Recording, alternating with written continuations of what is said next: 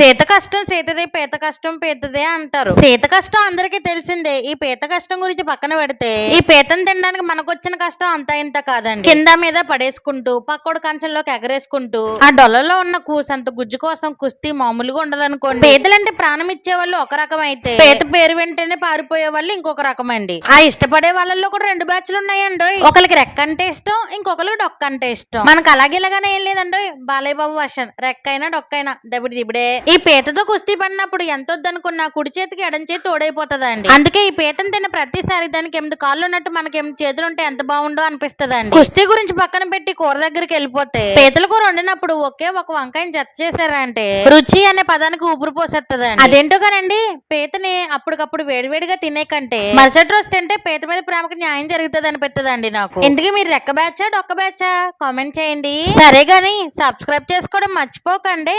ఉంటాను.